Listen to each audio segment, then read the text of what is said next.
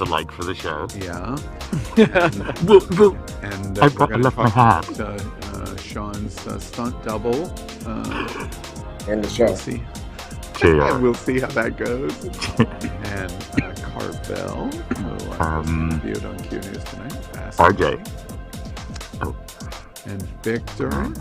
That's Can you get me my hat from the bag, my silver bag, when you have a second, please? Thank you very much. The red one, yeah. I've got my Lady Gaga Oreos here. Try one. Yeah, that's why I brought them. Everybody gets to. Make you gayer. Well, good evening, America, and welcome to It's Happening Out, the world's most popular live gay television talk show. It's 8 p.m. Wednesday, March 10th, 2020.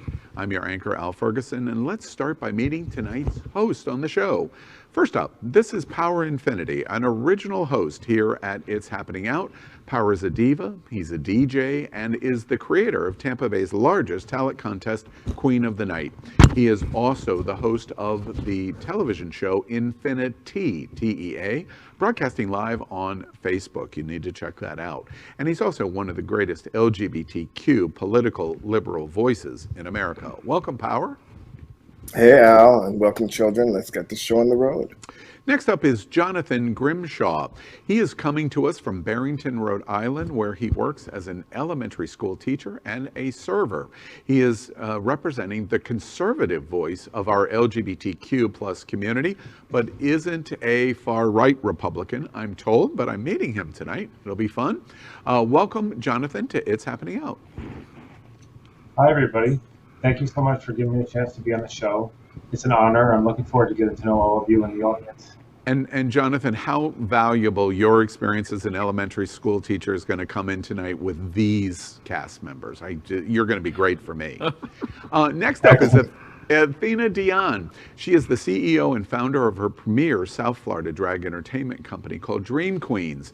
She has won titles as the ultimate Miami drag queen and is South Florida Gay News Best Drag Queen of 2020. Athena is also known as Miami's very own Greek goddess. Welcome, Athena. Thank you.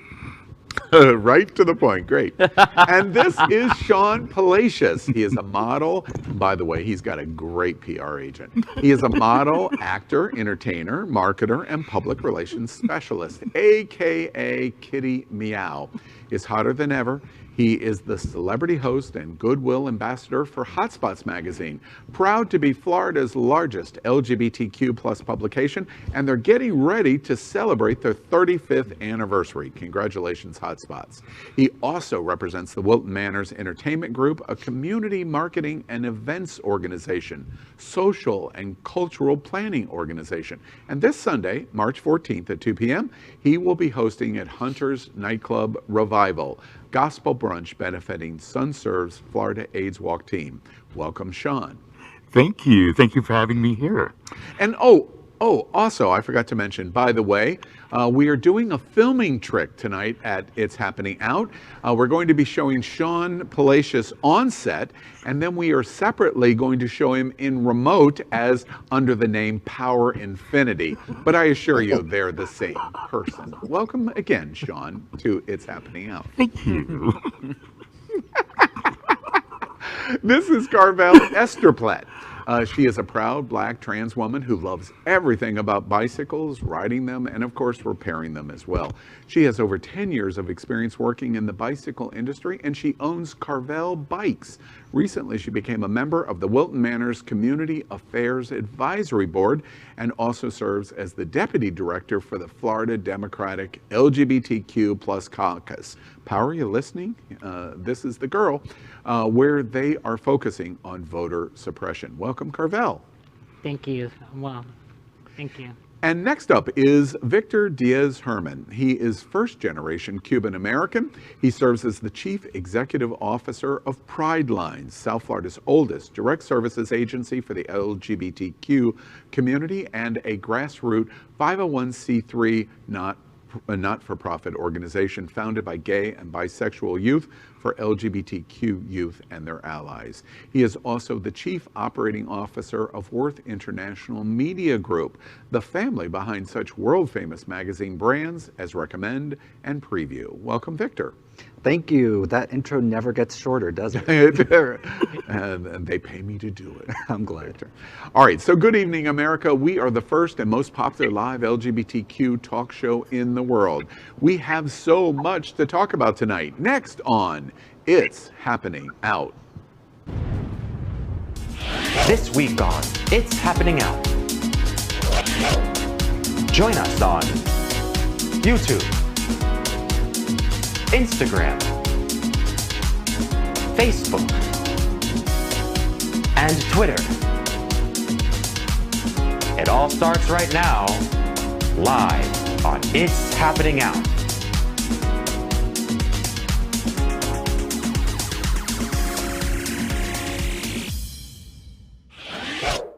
Well, welcome to tonight.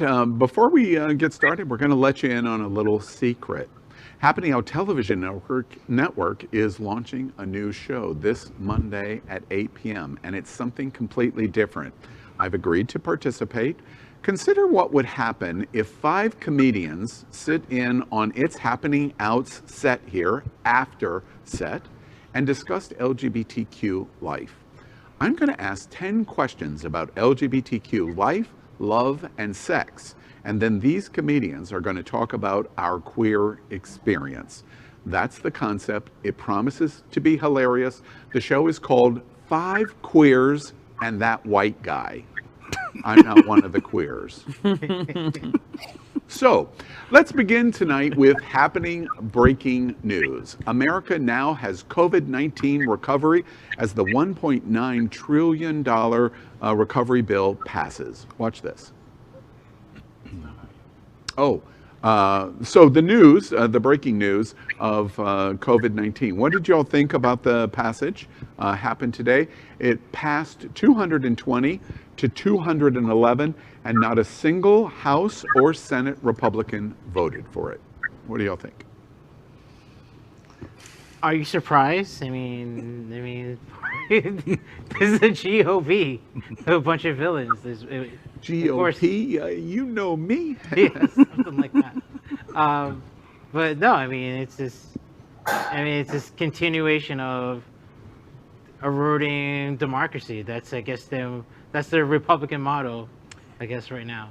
So that's my thoughts. Isn't it funny how, like, this is a bill to pass to help people, you know, Yeah. literally people that have Exactly. not been helped through this whole pandemic, people that have suffered, that if they're even still around right now, that have gone through hell and back to be here. And the fact that this bill has been politicized, it's just been a ping pong ball in the Senate, in the House, back and forth. And these are people's lives. This is like help that we need. Other countries are giving furlough pay to everybody in their country, and we're here fighting over a measly $2,000 or $1,400 now that should have been given way more than that over the course of a year. I just think that there's a big problem here. I don't know what it is. I don't know how we're going to address it, but it's been too long to play with our lives like that.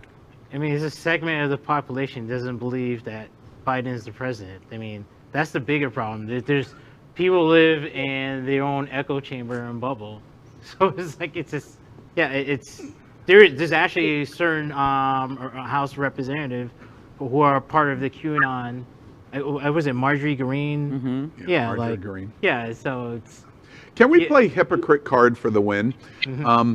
They say that they didn't support it because we were spending too much money. But in 2017, we passed almost the same amount of money for tax cuts that affected the 10% wealthiest people in America. So it seems completely hypocritical because this focuses on mostly the 50% lowest income tax bracket in America. And when the last administration came to power, our national debt was $19 trillion. When they left on January 20, 2021, after losing, by the way, the House, then the Senate, and then the White House, our national debt was $27 trillion. We spent more money in 4 years than in the history of the world. And now we're worried about the debt? Yeah, that's what I was going to bring up. I was going to bring up that point, which is it just seems that throughout the last 4 years, Republicans didn't seem to have a problem with the exorbitant money that was being spent in this country, and that was being spent irresponsibly. All of a sudden, now they want to be, fiscal hawks, and now they want to worry about the money that's being spent when it comes to helping people. But had this money gone towards big corporations and tax cuts for the rich, they wouldn't have a problem with it. I just don't understand. But I do thank the Democrats for pushing this through. I thank the Republicans for nothing again. This is just par for the course. Any final thoughts before we move on? Yes, I'd like to say something. That was ridiculous. Trump really did put the country in more debt. He was not a fiscal conservative like he had campaigned to be. However, I think part of the reason that the Republicans now don't fully support this is because, from what I read, this may not be accurate, but only 21% of the money, of the stimulus money, is going to go towards public health. And there's a lot of pork in the bill going to other countries, $115 million for a California Pelosi project, $2 million for a New York bridge for Chuck Schumer. So I think that's why not one Republican voted for it. Okay. Well, we're going to talk much more about COVID tonight, but we're going to do that in Saved by the Bell. I want to move on by telling you that you are watching a live, unedited LGBTQ talk show. Anything that happens here, you're going to see it. So anything can happen. If you're on YouTube, make sure you subscribe, click the bell for updates. If you're on Facebook, like and share the video. Start a watch party if you'd like. Let's begin tonight's show out of our breaking news with a unique meme of the week. We've always, for 2.5 years at It's Happening Out, started our show with a meme. This week, the meme has something to do about vaccines and zombies. I haven't seen it. Let's look at it. So what do we think about the connection of quarantining, the vaccine, and zombie bites? I say a person that won't self-quarantine equals a person that would hide a zombie bite. I'm taking notes, just saying. I gave up watching The Walking Dead, so I mean, I don't know. I don't know what to say. The zombie genre thing is just kind of like I'm just over the zombie genre thing in general. I think to every joke, there's a modicum of truth. Yeah. And I think that we could see the modicum of truth in that. The person that wouldn't self-quarantine is the type of person that would be selfish enough to hide the zombie bite. It's true. Yeah. After the response of the host from It's Happening Out to the meme, I definitely need a drink. Let's play our game of yes or no called I'd Swallow That. We're inviting you at home to play right along with us as I ask our host 4 questions. If they agree to the question that I ask, then they're going to take a shot. We all have vodka shot or different kinds of drinks, but I have vodka in front of me. It's probably from production something really. I got moonshine. Exactly. Lord. And you take the shot. If you disagree, well, for me, it's going to be a very, very long night. So I hope we're going to ask the right question. Everybody ready? Yes? Yeah. Ready. We know what we're doing here. Then let's play I'd Swallow That. Question number 1. I'd swallow that. I would take the once a month PrEP pill if it becomes available to me.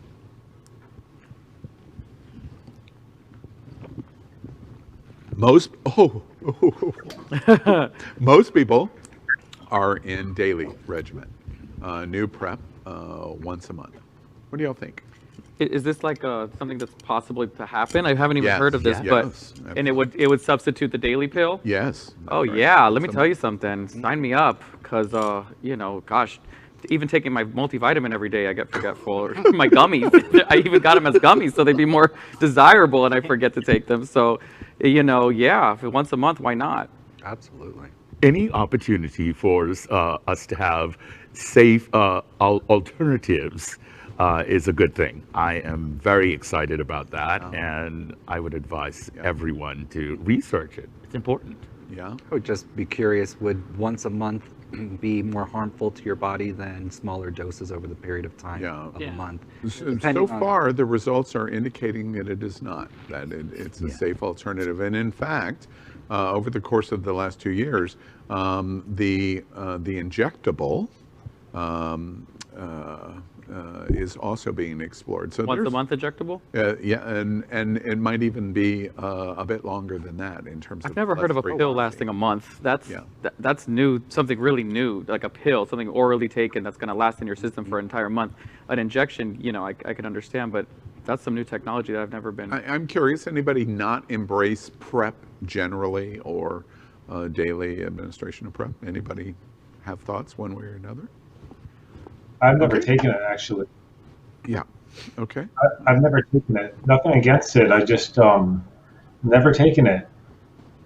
Okay. All right. Well, let's move on. Question number 2. I'd swallow that. My attitude on social media has gotten worse in a full year of pandemic. No. Do I have to agree to drink? Can I drink because I disagree as well? Yeah. I feel like because it's been actually both. Wait. It's actually been both. I'm taking this shot because Power Infiniti has been in Facebook jail so many times in the last year. I'm just over social media. I'm just over it. I can't free him out of jail any more than I've done in this last year. Yeah. To the point where he even cheats on bets about going into Facebook jail. I'm so over Facebook at this point that I've just actually become more silent and quiet and less opinionated. I just post bicycle related. But okay, so I have a question to ask.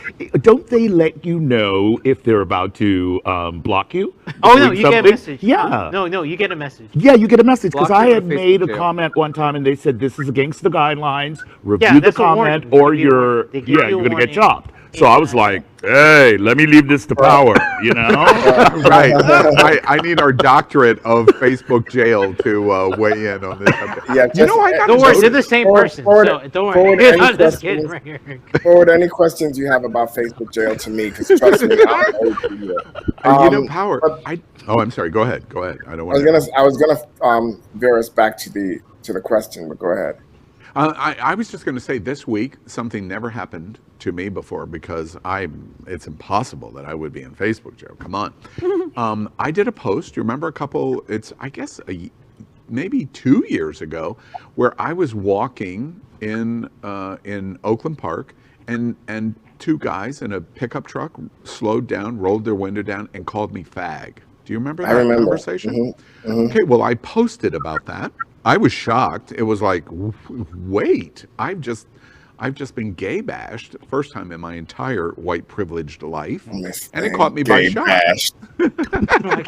Mistake. Gay bashed. Something that happens to every other queen. This one wants to get hyperbolic. Time of gay bashed. I got gay bashed. Well, here's the thing. It came up in my reminders in Facebook, and I just said, wow, this was interesting. And when I reposted it, Facebook said, whoop, you cannot say do it. Yeah, and it was because the word fag was in it. Because in the the word post of a post that was already on Facebook. And that they resent to you for you to share. Isn't that amazing? It's you can't say bitch either. Every time you're like, yes, bitch, or work, bitch, you're like, this looks like some salacious I mean, we live basically language. And the thing about it is living Orson Welles novels. Like Facebook you have a private updates. Company that pretty much controls everyone's idea. I didn't hear you. Can y'all not hear me? Yeah. Apparently Carvel cannot. Oh, okay.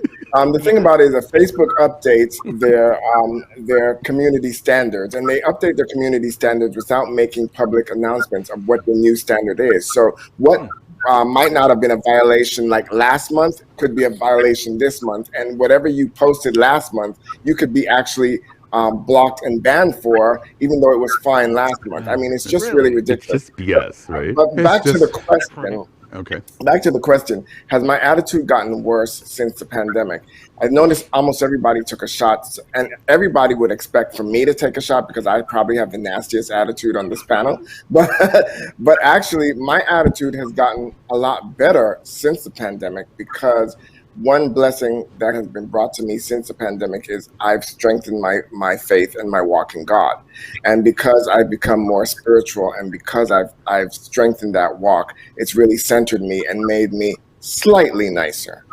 I think people, but Paro, when you say you've started a walk with God, I think you are leaving out like a huge portion of it. He goes to religious services. He's reading the Bible. There's a whole process, and so we have all of that. We have all of the religion. I have to let you all, in full disclosure, I have to let you all in on a little secret. Sean's here tonight. When Sean says, well, he goes through this religious process and he goes to services, etc. Power is not here at the show because we're broadcasting from Sunshine, and if he walked through the portal threshold, he would burst into flames, and so therefore must do the show remotely to be able to continue to participate. Let's move on. Question number 3. I'd swallow that. If I had HIV, I would do the 60-day injectable treatment if it was available. I don't even know what that is. They have developed, they're in study, that you can take an injectable which will manage your HIV with just 6 injections a year. It's called Trimix, right? Trimix. Wow. Oh, yeah. Yeah. No, it is. No, it's not. Trimix. Okay. Oh, that's the other thing. Oh, I'm sorry. You know where my mind's at, right? Yeah, I was going to say, there's where Sean's mind is. Power, ask Sean about that moment later. Okay. No, I'm gonna discuss it. Trimax is the injectable that you inject into your penis to stay hard all over the time. I'm just a little mixed up. I'm sorry. Sean has confused the injectable in his penis. No, I thought that was water. This bitch been told on herself. No, I thought that was water. Now I'm drunk. I don't know what I'm saying. I wouldn't be there. I didn't. You knew what it was, girl. You knew what it was, girl. And it's called Trimax. And he was going to defend it was Trimax. She probably got Trimax up in her dick right now. I wish. We're in church. Wish. We're in church, young brother. Can we talk now? And he is Bohemian. He's a good God-fearing Bohemian. All right. Well, so anybody wouldn't take the injectable? Fear, concern? I mean, safety? I'd have to definitely do some research on it to see what it is going to do to your body, I guess. And, this brings up something, and I know it's a little separate subject, but like, Jesus, how many different variations of treatment could there be, a 60-day this and that, and we came out with a vaccine for COVID in a year. When are they going to give the cure for HIV already? This is annoying at this point. It's almost patronizing that we're going to have to sit here and take all this, it's a 1 pill a month, a 60-day shot. Girl, give us the fucking vaccine already. I mean, because real talk. Literally, y'all came out with the COVID in a year, and this has been since the 70s that we've been dealing with HIV. You don't have shit, and it's kind of annoying. Yeah, to piggyback on what Athena says, I really think, imagine if HIV affected the same amount of people in the world at one time that COVID did. They would have had the vaccine. They would have had the vaccine already. Yeah. There's been a lot. Actually, Power's point, there has been a tremendous amount written on that observation. And it comes from the standpoint of the reason the vaccine is literally probably 2020's vaccine development of against COVID-19 is probably going to go down as one of, if not the single greatest health miracle in the history of the world. And the reason is because government said, waive all rules. We will waive all rules to get to where we need, and we will waive all financial restrictions to get where we need. And when we did those two things, we came up with a vaccine that was 94% effective. Power's point that he just made about HIV is exactly that. The government didn't waive the rules, and we didn't apply unlimited spending to get to the conclusion. So Johnson & Johnson and the other developers of the vaccine did not have the same incentives to come to the conclusion of curing vaccine via HIV or AIDS. That RNA technology is really impressive. Amazing. That's amazing. You have to wonder how much of it during, if you consider that at the height of the pandemic, rather not the pandemic, the HIV epidemic, it was believed to be a gay disease. How much of that impacted the response at the time versus COVID, which wasn't just a gay vaccine? Sure, they're like, let them die. Who cares? Yeah. Yeah. Exactly. Yeah. All right, well, let's move on to question number 4. I'd swallow that. If my city, speaking of COVID, if my city or the county that I live in eliminates pandemic restrictions, I'll follow it. Now think about living in Texas, for example. That starts today. Everything on COVID ended today in Texas. It's just like it was on March 10th, 2020 in Texas today. No restrictions on dining or anything else. No occupancy restrictions, no mask mandates, no social isolation, nothing. Would you follow if your city or county eliminated the restrictions? I'll follow it regardless. Absolutely not. No. I've never turned down a shot, but for this I will. Absolutely I not. think we need a An fifth alcohol problem, and we're going to help you right after the show. Thank you. I mean, masks bother me a lot.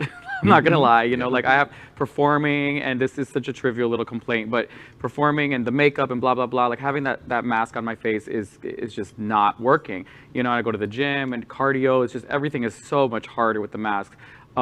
Can't wait to have a mask burning party, you know what I mean, when all this is over. Yeah. As far as self-quarantining, I think that's just like the smartest thing you have to do, like the most, responsible thing you have to do, taking those precautions. But like, I hate masks as much as the next person, and I guess to protect the most vulnerable, you gotta suck it up, but. By the way, Athena, you're a little late to the party because the mask burning parties took place last week in Idaho. Yes. Oh, they did? Yes, Oh, they did? Literally. There's actually a clip, yes. that happened. Exactly. I didn't know that. with I don't follow 8-year-olds. Idaho's breaking news, sorry. Yeah, with 8-year-olds. Well, I work at Queer News. All right. Well, let's move on out of I'd Swallow That.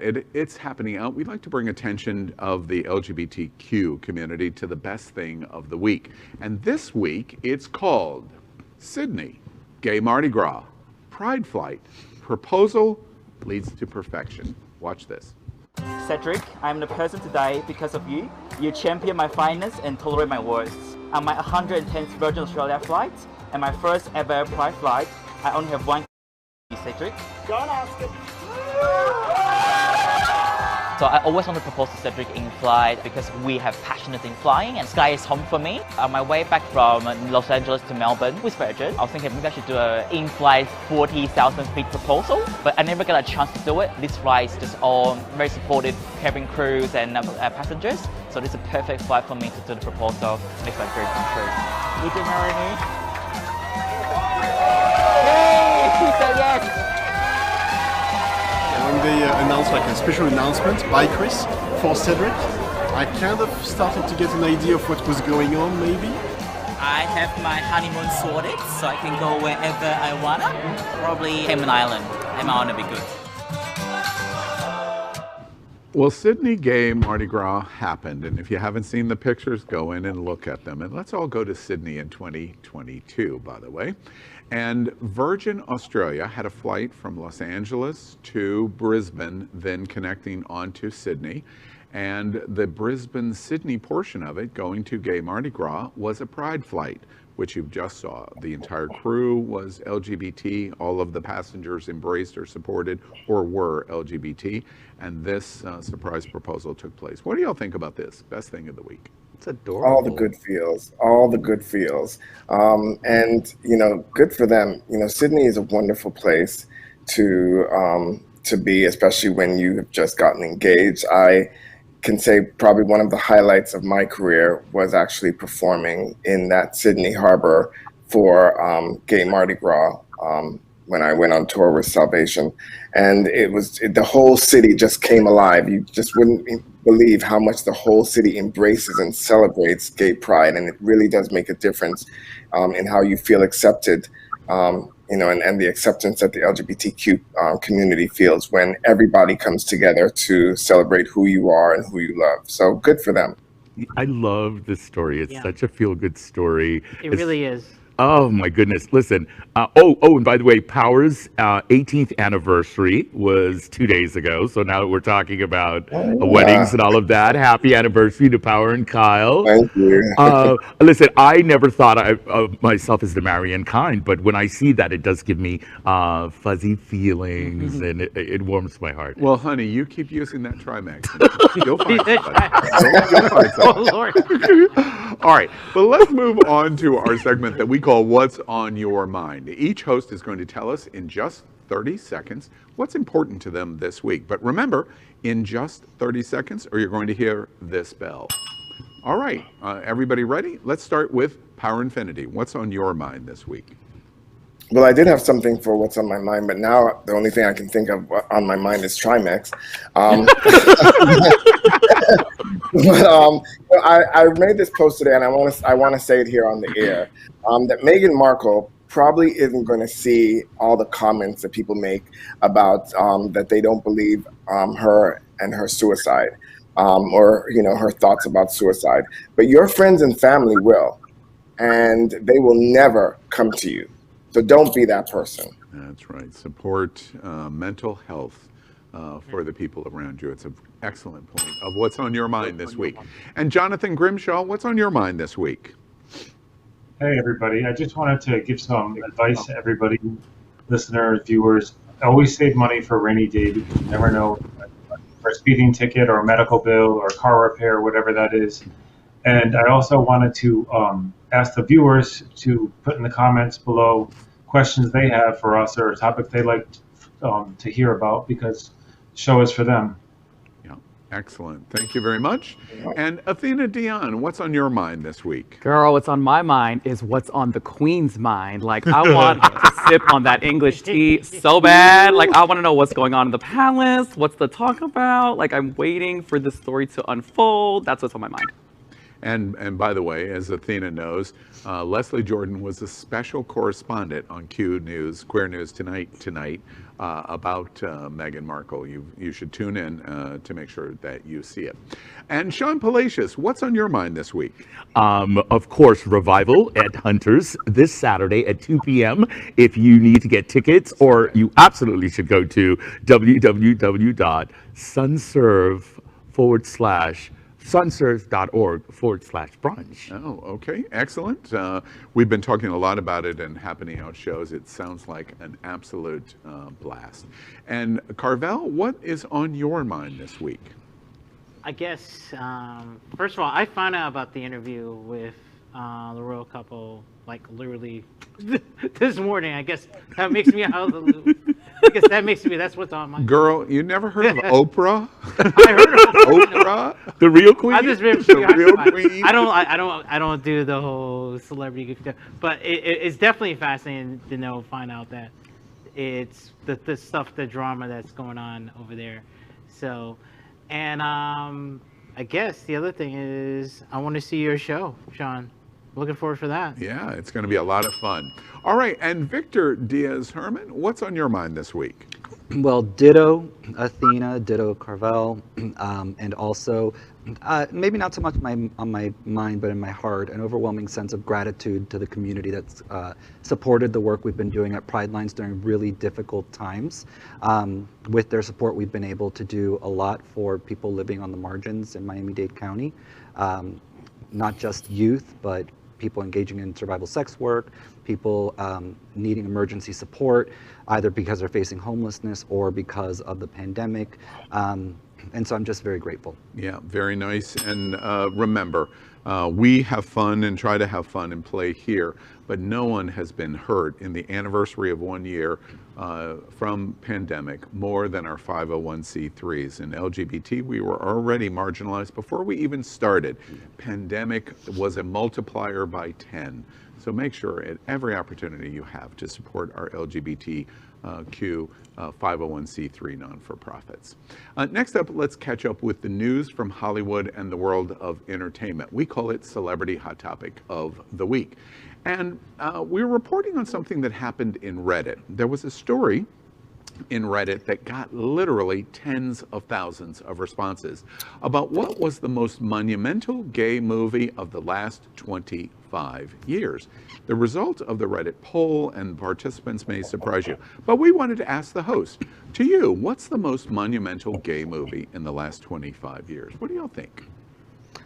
There's several. Well, let's zero right I now. would say, for me, Brokeback Mountain. Yeah. I'm going with The Birdcage. Brokeback. I saw the post, and I don't want to spoil. Oh, okay. Spoil it, but I agree with the post. But besides that, I do want to say that Pose. I know it's not a TV show. I mean, it's not a movie, but it's a TV show. But honestly, I think that was the best thing I have seen on TV or just in media in a long. I mean, just maybe period. The representation and just the way they did that was so inspiring to me. Yeah. It was everything. Sean, you're in entertainment. What's the most monumental gay movie of the last? I'm going to be selfish and say,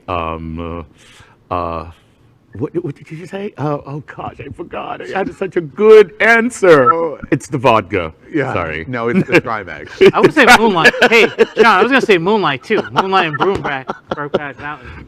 No. All right. Well, let me give y'all a couple of hints. I'm going to give you a couple of quotes from the most monumental movie in the LGBTQ community of the last 25 years.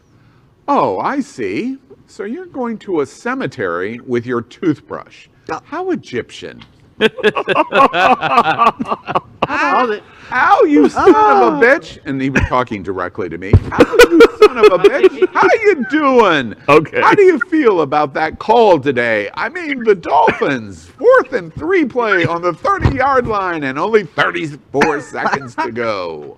Power has no idea what we're talking about. No, he How does. about, I used to feel that way too until I found out that Alexander the Great was a fag. Talk about gays in the military. I'm watching Power's face now. It's going to be priceless here. All right, let me give you another clue, Power. So this is hell, and there's a crucifix in it. Wait, I'll try one more. I thought I was going to have a heart attack. I mean, I walked through the door and there's a woman in my bed. Really? Final one. Power, this is it. You're not going to do good in you're not going to be good on Jeopardy, first off, Power. Oh God. And I thought, what the hell? Let's try it once with a woman and see what all of those straight guys are raving about. I mean, are you talking about like Priscilla or something? I don't know. Another good one though. Somebody want to help him out? The Birdcage. Okay, so wait, I want to tell you guys something really funny of the last 25 years. I agree with that. Yeah. Can I chime in? Ellen Jacoby, who is a huge casting agent here in South Florida, would bring Robin Williams and Mike Nichols to my drag cabaret, which at the time, a million years ago, was called WPA Drag Cabaret with Kitty Meow. And so when they would shoot the film, they would actually come and hang out at WPA, and we became like buddies. So I hope that's the film. Yes, exactly. That's wonderful. And Power, you are. Yeah, I've never seen that film. That's why all those. You've never seen The Birdcage? No, I've never Serious? seen The Birdcage. Oh my goodness. That's sacrilegious. That's got to be my favorite movie. Is anyone shocked that Power Infiniti has not seen, especially when his alter ego just said they came to my show? I wasn't around when my alter ego was doing that. I was still trying to make it as a club kid. She's still trying to get into goodness, it. That confirms. How talented are you when you can reject the subject and the film and throw shade as an age joke to your best friend, all in the same sentence. She's young and pretty. Congratulations to Power Infiniti. Power Infiniti for the win. Well, Oh, and I by the agree way, with that not decision. one single damn person at this show said, Al, you did really great on those quotes. Not Well, if you one did, we damn would. person. Yeah. All right, that's our discussion on entertainment. And next, we report that Happening Out Television Network helps support our LGBTQ community. Of course, an example is Sunshine Cathedral. We've already told you, we broadcast the world's largest queer church from this world's largest queer church here in Fort Lauderdale. We're broadcasting from our permanent set here, and supporting that partnership, the network broadcasts the largest LGBTQ religious broadcast in the world, with more than 30,000 watching every Sunday at 10:30 a.m. Eastern, and it's totally live. We encourage you to tune in, support them. Our campaign of sponsorship proudly supports Sunshine Cathedral is my queer church. Watch this.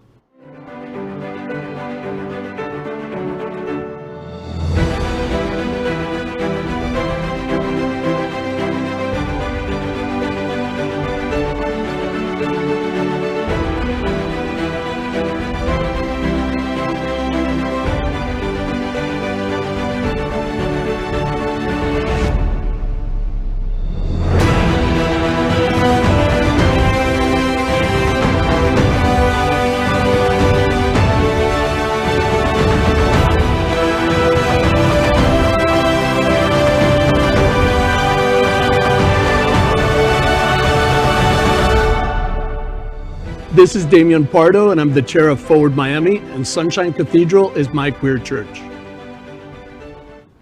Well, we'd also like to thank our set designer, Concepto Modern Living here in Fort Lauderdale, for making this set in this amazing queer church campus possible.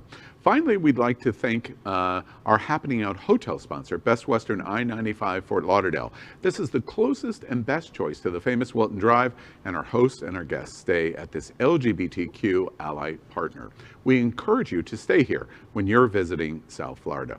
Well, up next, if we were standing around the LGBTQ water cooler, this is what we would all be talking about, and we refer to it as the hot topic of the week. This week, Reddit lit up when a therapist suggested, are you ready? That straight men that have homosexual sex does not mean you're gay.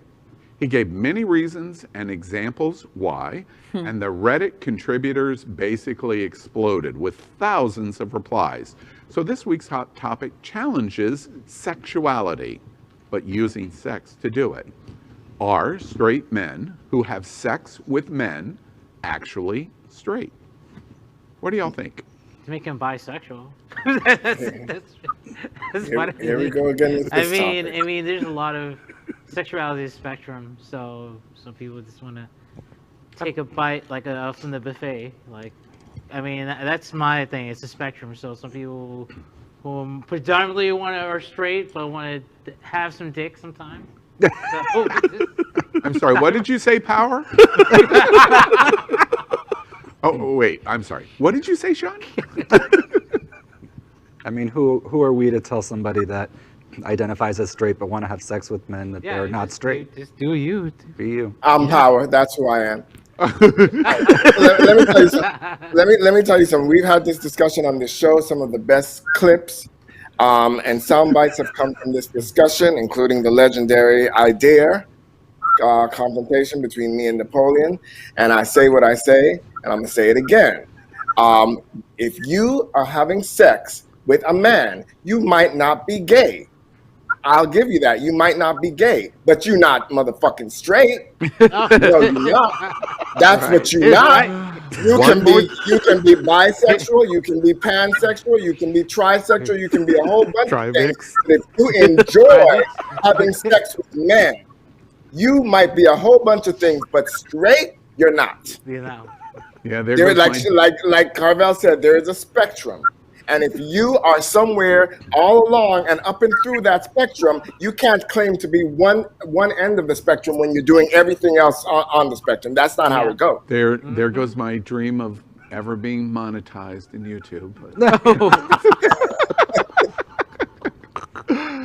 Other thoughts? Are you still straight? I think it's a spectrum too. I think that I don't think really anyone is one or the other. I feel like, sex, if it feels good, it feels good. You know what I mean? And that doesn't really define, I guess, who you are or what you identify as. I think it's just so much gray area, and we're always trying to put labels and put things in little compartments that work out, and I just don't think it's easy like that, So to be honest, it's up in the air, girl. Like, fuck who you want and call yourself whatever you want. Does anyone reject the conception of if you're straight and having sex with a man, you're still straight, because it's a rejection of LGBT? I don't think because you're lots straight. of people in Reddit said, I don't like this because in a backhanded way, it's rejecting our community. They're having sex. It is. It is. I definitely, I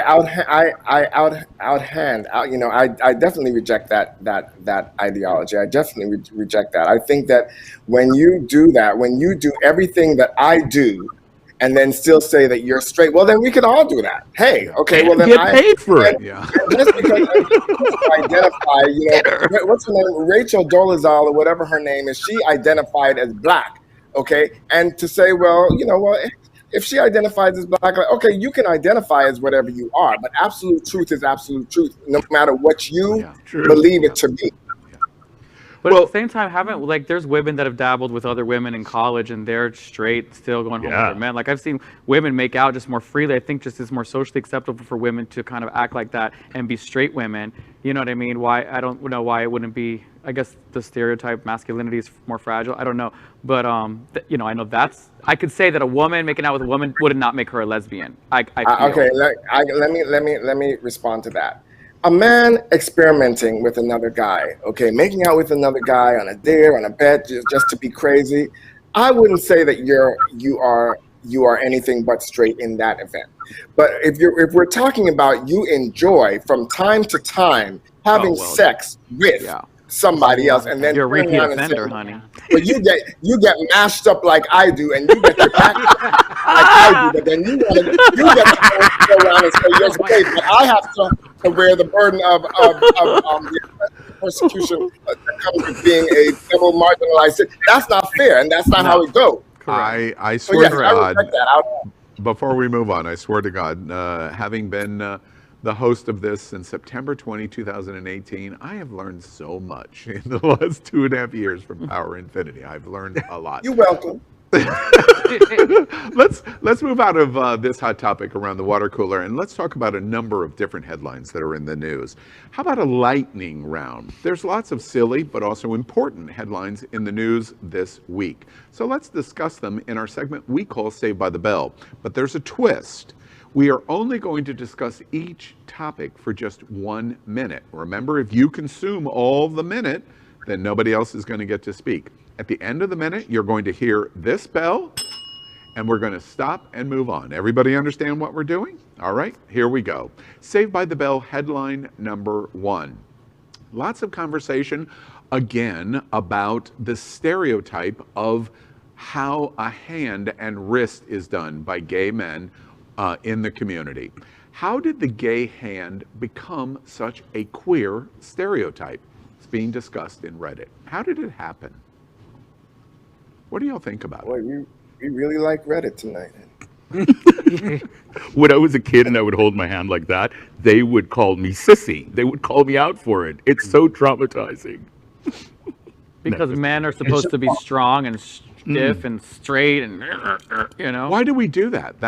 I imagine, I don't want to put words in Sean's mouth, but you did that intentionally. It was not a natural, when you were doing it, you didn't naturally do that. That was a learned response of something. That's not true. No, I was a sissy, and I would hold my hands up like this naturally. I mean, that's how I would be too as a child. I grew up on an island where there was like 200 people. Like, who would I have learned that from?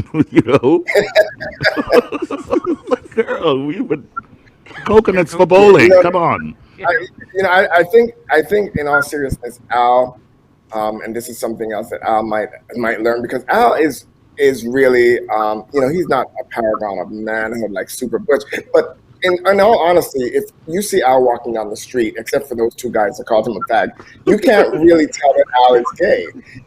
Al is he's just a very moderate, conservative, looking white guy, and he passes as straight. So for you, Al, I can understand the disconnect or the misunderstanding that, well, how come people will do that?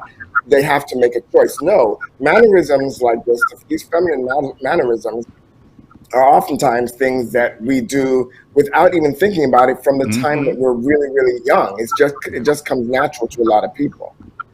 All righty. Let's move on. Saved by the Bell headline number 2. The iconic television show we've already briefly mentioned here tonight. In May, will do its final and 3rd season. Headline, Saved by the Bell number 2, Pose is coming to an end. Well, I'm glad. I am go ahead. sad. I'm really I mean, they were actually going to film this the 3rd season, actually a year ago, right before COVID started and stuff like that. And a lot of the scenes in the show, involve the ballroom and all that scene. I guess they can't film that. That's why I've heard they can't film all those grand scenes from the previous season. So I'm sad that the show is ending. Yeah, it's a shame. I'm sad it's ending, but I don't want them to drag it out and like the storyline get all mudded and they just keep trying to keep it on TV. I want to see Blanca up to the 2000s. I want to see Rudy. I've never watched it.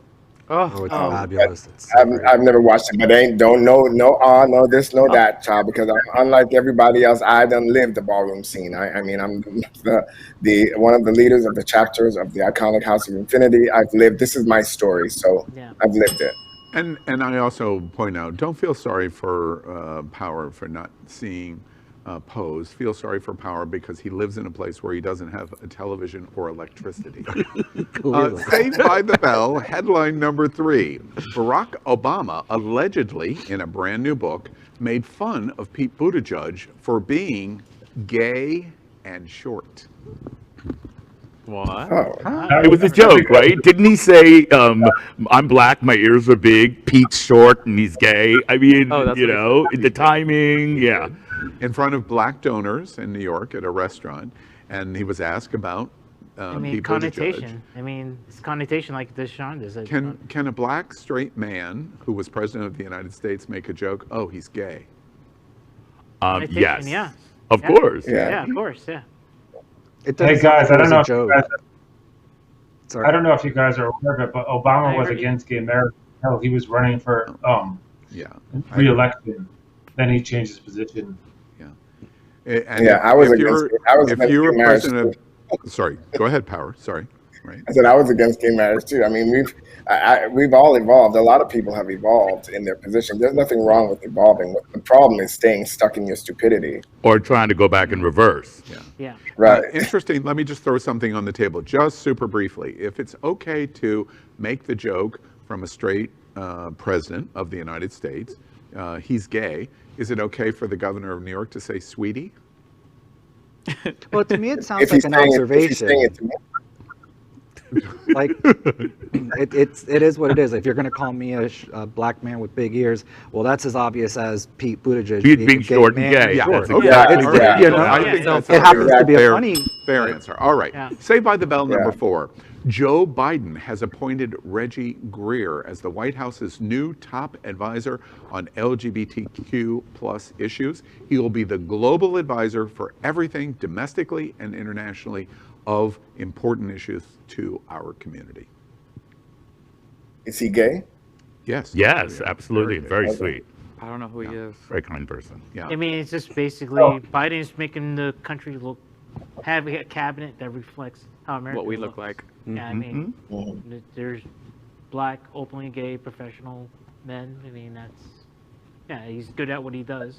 That's why he put him in that position. So. I'd like to hear Jonathan's response. And that's wonderful that he put him in. But Trump put Richard Grenell as acting director of national intelligence, and he was openly gay. And Biden has not had a press conference in 50 days, and he's only taken a more questions from reporters. This is what about? Why are we in this what about environment? Okay? Donald Trump is no longer the president of the United States of America. We are talking about Joe Biden, whom is currently the president and whom has done everything in his power to diversify and really have what is of course, listen, we need diversity, we need inclusion, and I'm so sorry it wasn't happening under Trump. Yeah. And we could have a whole, and I'm sorry because we've done this in Saved by the Bell because I have to move on, but we've done countless stories on Richard Grinnell, and we will more. It's a whole different bag of worms. Saved by the Bell headline number 5. Flame broiling Burger King because they said women belong in the kitchen campaign.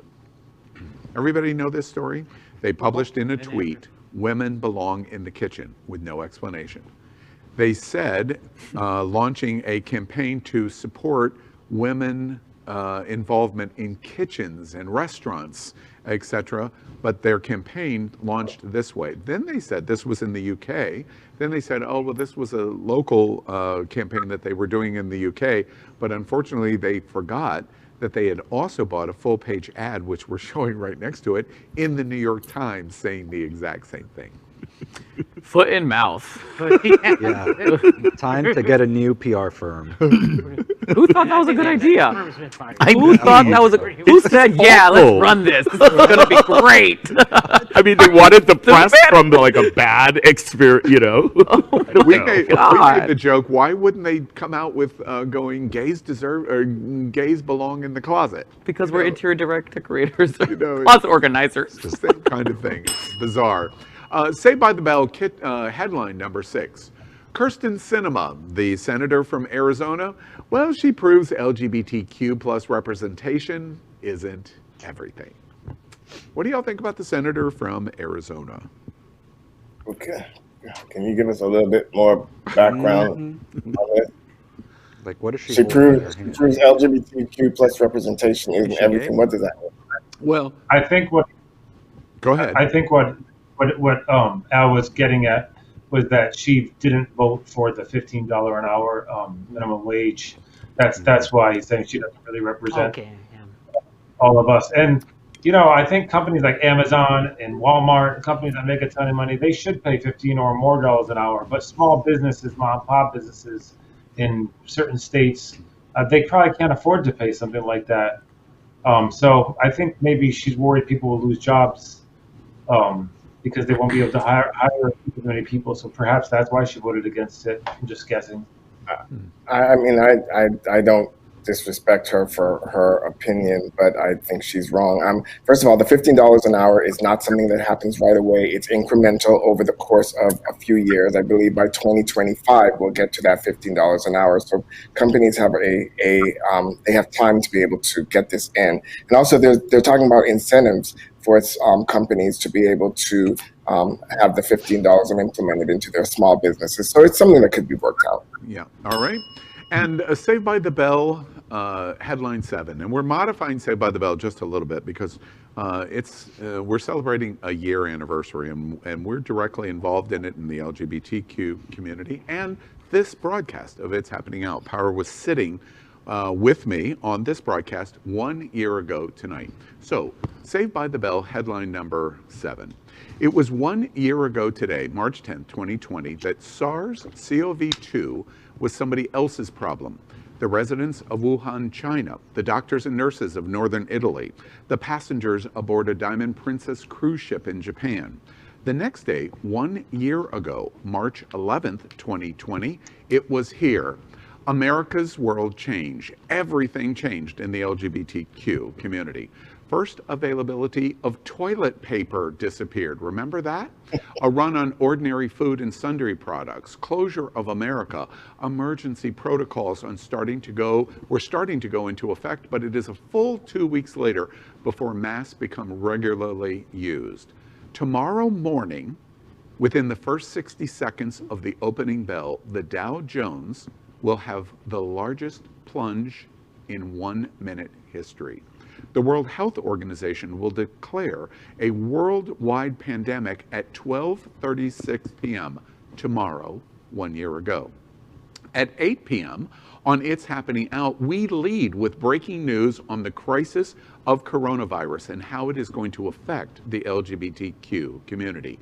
We did not know on that show that a host at Happening Out Television was likely already infected with COVID-19 and likely infecting other hosts, including me. Emergency protocols nor mask requirements, even though 2.5 months had passed, were not going into effect. And the host at It's Happening Out, Ron Bernesky, is later admitted to ICU and placed on a respirator. He never leaves the ICU and dies in April. Spooked for the first time, a previously dismissive Trump addresses the nation from the Oval Office at 9 p.m. tomorrow night, 1 year ago. Yet minutes later, his remarks were overshadowed by not one, but two momentous revelations: that Tom Hanks and Rita Wilson had tested positive on set in Australia, and that the NBA, reeling from its own infections, would be the first pro sports league in America to suspend its season. In quick succession, schools shut down, streets emptied, hospitals filled up, and Americans who until that point had been hoping that elbow bumps would keep the virus at bay started hiding in their homes. We did not seem to be aware that coronavirus had already been spreading across the United States for months, and it would be still several weeks before COVID-19 cases and deaths reached the first of their many harrowing peaks. But now, the threat became real. March 10th, 1 year ago today. Everything changed. At Queer News Tonight, we reported projections that by the end of the year, more than 300,000 Americans and likely 21,000 LGBTQ Americans would die by New Year's Eve. Many in the LGBT community scoffed at our projections. It did turn out, however, we were wrong. We actually underestimated the number that would die by almost 200,000. Looking back, it's almost impossible to recall how suddenly and completely our national consciousness in the LGBTQ community shifted.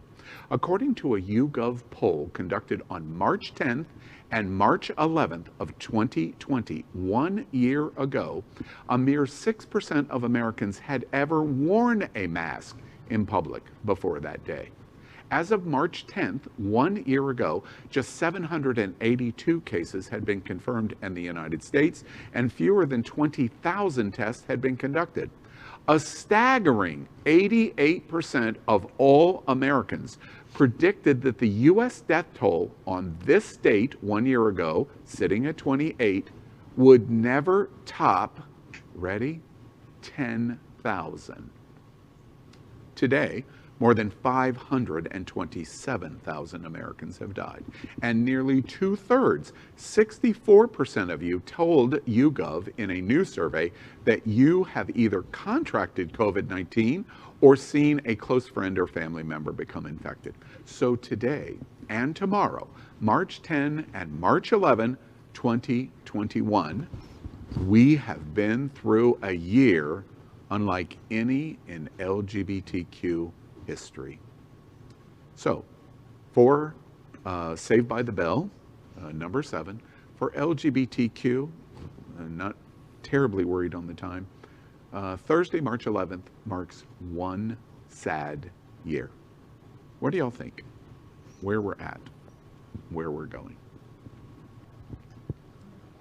Sobering. Boy, what a difference a year makes. You know, I mean, as you run down that story, you know, thinking back, I'm like, wow, was that all a year ago? You know, it just was a year.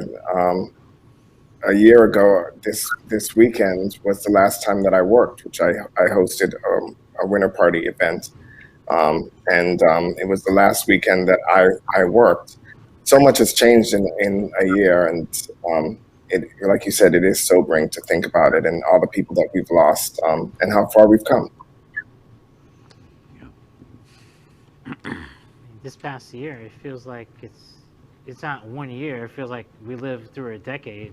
Mm-hmm. I mean, with like the political stuff with like we're just talking about with Trump and COVID, and obviously like civil, like I won't say civil unrest, but like it's like civil justice as far as everything. And then this past today was the starting of George Floyd trial too. Yes. So Indeed. yeah, I mean, this beyond sobering. It's been life-changing. Yeah, Mm-hmm. it's been crazy. Yeah. It forced us all into solitude, you know, into quarantine. It's just, and it wasn't even a warning. There was no warning. We were just locked in our homes, you know, cut off. Don't go to work. Don't speak to anybody. Don't touch anybody. Don't talk to anybody. And deal with the crippling fear that this virus is going to get you and kill you while you watch everybody die around you, kind of, you know, or get sick, or what's going to happen.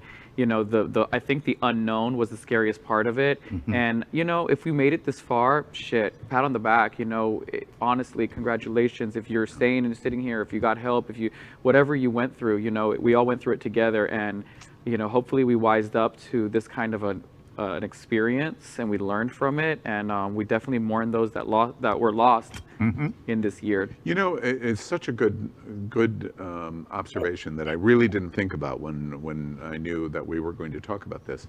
What we've learned in the last year, I think, almost at the top of the mountain, is that leadership matters. The decision-making of the leadership of our local governments, our state governments, our health departments, our doctors, our medical professionals, who is in Washington, who's the President of the United States, our leadership matters. And if we take that for granted, 527,000 people are going to die. That's what I've learned in the last year. Yeah. I appreciate looking back and thinking about the unknown, to Athena's point, that, you know, at the very beginning of this, not knowing what it was, not knowing how long it was going to last for, and now thinking about where we are currently with people getting vaccinated more and more every day. I feel like there's a sense of hope, and there's a light at the end of the tunnel, and yet at the same time that same uncertainty still lives around us. We don't know how much longer we're going to have to deal with COVID-19. We don't know how long these vaccines last for. We don't know how often we have to get vaccinated. We don't know what's next, but They do to you. finally there's hope, right? Finally there's something to look forward to. You know, I want to piggyback on Victor's observation. Let's take a moment to, we've looked back, but let's take a moment to look ahead. Where are we going to be in the next 3 months? We roll around to June, Pride Month. Where are we going to be Labor Day in the fall? Where are we going to be New Year's Eve? Where do y'all think this is going? Where are we going to be? Well, people they're already planning for big events in the fall. I already know that there's things like that's the golden time to start going, getting together again. And you know, optimistically thinking, I hope so, or I hope sooner, you know, and I just hope it clears up as fast as it appeared, to be honest with you. That's my optimistic outlook, but I'm used to the unknown. I'm used to dealing with the unknown at this point. A year it took me to learn how to deal with it. So if it doesn't happen, it doesn't happen, you know. That's my outlook. Yeah, I'm hoping that we'll start seeing countries open borders and people able to travel. There's so many, as part of one of my publications, we focus on promoting travel for travel advisors. And not only is that industry struggling in terms of travel advisors, but there are so many countries who their primary source of income is tourism, and within those countries, restaurants and museums and attractions that are just struggling. Their economies have come to a halt. So I'm really hoping that we'll see some level of travel opening up within the next, hopefully. The news must encourage all of you. I mean, what was unthinkable, having a vaccine by November of 2020, early December of 2020, to the transition to the new White House, to it'll be the late summer, which is what Fauci said, to moving it to early summer, to now saying there's going to be enough vaccines for everyone in America by May. You must be encouraged by the news that is just moving at warp speed, literally warp speed. I mean, that Johnson & Johnson, vaccine, that's also remarkable too. Not the same technology as the RNA without getting too technical, but I mean, one shot doesn't require refrigeration. I mean, Yeah. that's gonna be, I mean, Yeah. perfect. Well, we did absolutely want to take a moment to recognize the anniversary, especially for It's Happening Out. Power and I were sitting here on this night 1 year ago, and it began. Literally, our world, our LGBTQ world, fell apart. We've run a little long. We normally do Shag, Marry, Chop, and tonight was interesting, but we'll bring it back next week. But have to, because of time, bring the show to an end. That's it for this week. Another week with you and the world's first and most popular LGBTQ talk show. The most popular in the world. Before we sign off, however, let's hear from each of our hosts one final time in Good Night, and let's begin with Power Infiniti. Well, I think this is the first time in our history that we have skipped Shag, Marry, Chop. Wow. Well, I would like to, first of all, thank all our guest hosts. I'd like to thank all of you guys for coming. This was a great cast. I would especially like to give a shout out to Jonathan, because I know that this might not have been easy. He is the only conservative voice. It's hard to get a conservative voice on this panel, and I've gotten to know Jonathan over the last couple of weeks. I really like him. Everybody's surprised I actually like a conservative, and so I'm glad that he's here. Thanks for coming on, Jonathan. Everybody, please make sure to continue to tune in to It's Happening Out every single week, every Wednesday, right here at 8 o'clock. And speaking of that, good night from Jonathan Grimshaw. Power, thank you very much for giving me a chance and adding me on Facebook and getting to know me a little bit. Some conservatives are decent people. And to the viewers, thank you for watching. Everybody be positive, have fun. And a good night from Athena Dion. Well, once again, thank you for having me. It's always an honor to be on the show and have these conversations with pillars of our community. If you're out tonight, come and see me at Alibi. I'll be there at 10, strip for a tip, $200. And then, of course, Saturday and Sunday, you can catch me at our house drag brunch. You can show off that new penis injector tonight. If Yeah, you let's do it. Speaking of Trimex, a good night from Sean Palacios. Please come and see us in Revival. This is Sunday at 2 p.m. At the Manor, Saturday night also. But yes, thank you guys for inviting me on the show. Revival, get your tickets. And a good night from Carvel Estraplat. So say thank you for having me. This is the first time I've been here. It's been really fun. Come by my shop. My shop is located 2365 Wilton Drive. I'm open from 12 to 7 Monday through Saturday, and I'm looking forward to coming back on the show. It's been great. Excellent. And a good night from Victor Diaz Herman. Well, thank you so much for inviting me to be on here. I really appreciate the opportunity to sit and chat with you all. I'd like to leave you with two things. First, Pride Lines is your LGBTQ community center. So check out pridelines.org for more information about our programs and services and how you can participate or be part of our Pride Lines family. And two, if you're looking for a fun happy hour, social distant happy hour in your Miami-Dade County, stop by the Hyatt Brickell Centric and go to their Canyo restaurant. They've got 3 signature Pride cocktails, and 10% of every cocktail benefits Pride Lines. Excellent. And before we sign off, I want to do a shout out to my Queer News Tonight anchor cohort, Faye. Faye had very serious surgery on Monday, cancer. I'm happy to report everything turned out great. She's finally out of the hospital. Our Faye's wife, Teresa, is taking care. And Teresa tells me Faye's a bitch, so she's doing just fine. She's doing just fine, and we're thinking about Faye Watt and Teresa tonight at It's Happening Out. So, is what you've watched tonight important to you? You sat right here at the LGBTQ kitchen table, right along with the rest of us. Remember, if it's important to you, we'll be here every Wednesday night at 8 p.m. Because it's happening out. Good night, America.